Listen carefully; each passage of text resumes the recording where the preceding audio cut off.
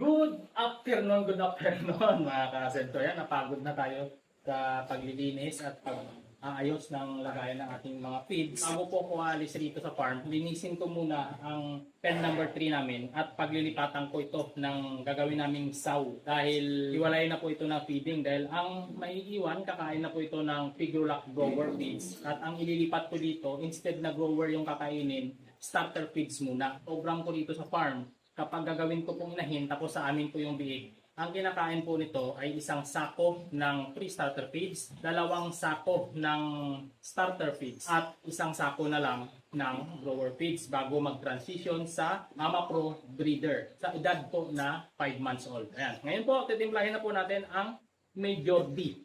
Ang bango po nito, pero siyempre wag natin amuyin kapag nakabukas na. Pero ang bango po, i-disinfectant po natin ang pen na ito gamit ang Major D. Ang pagtitimpla nito ay 20 ml nitong sachet na to. Ang laman ng sachet ay 20 ml ng Major D ta 1 gallon. So dito natin po ilalagay. Tansyado na po ang 1 gallon nito. Para pag may mga kagat-gat na mga lamok ay mahilom kaagad.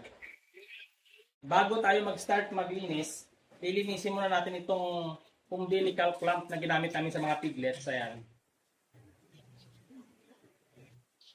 Yan lang po ang kagandahan ng gumamit ng Major D. Dahil sobrang bula po, ang sarap maglinis ng area kung mabula ang ating ginagamit na disinfectant. Eto, tapos na natin i-disinfect ang umbilical clamp. Ito po para sa akin hindi po advisable na gumamit nito. Kasi mas okay pa rin na tinatalian natin ng malaking sinulid yung pusod. Yung iba nga po hindi na tinatalian yan Talagang pinututol lang. Minsan kasi hindi mo maiwasan may sumisilip na dugo. So, possible na karoon ng diferensya. So, ito ang ginagamit namin.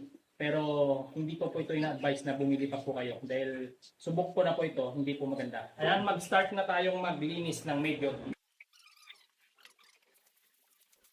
Ayan mga kasenso, dapat ang paglilinis sa farm, yung general cleaning, every other day po yan. Pero marami po kasi talaga mga piggery, hirap sumunod sa talagang proper na hygiene o paglilinis.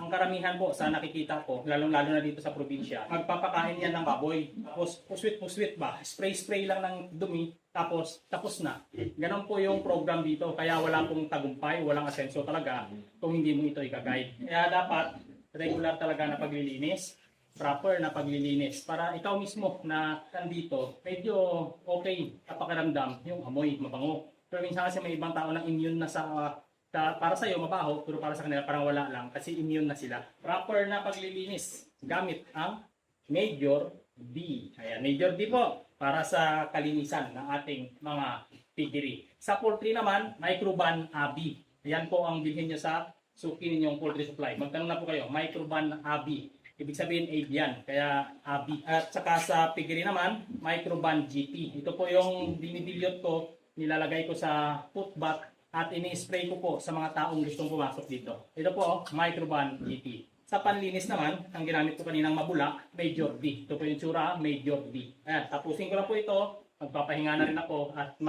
susulat pa ako ng paperworks sa business naman ng asawa ko. Ganun po ka-busy si Tapang Agri-Negosyo. Sobrang busy po talaga. Pero kung gusto natin na maalwan ang pamumuhay, nabibili natin yung gusto nating bilhin, napupuntahan natin yung gusto nating pupuntahan, kailangan natin talagang magsumikap. Lumabas tayo sa nakasanayan natin. Talagang explore natin lahat basta sa kabutihan, yung dumaan sa science, hindi yung sa kahaka lang dahil wala pong tagumpay dyan. Ayan, patuloy natin.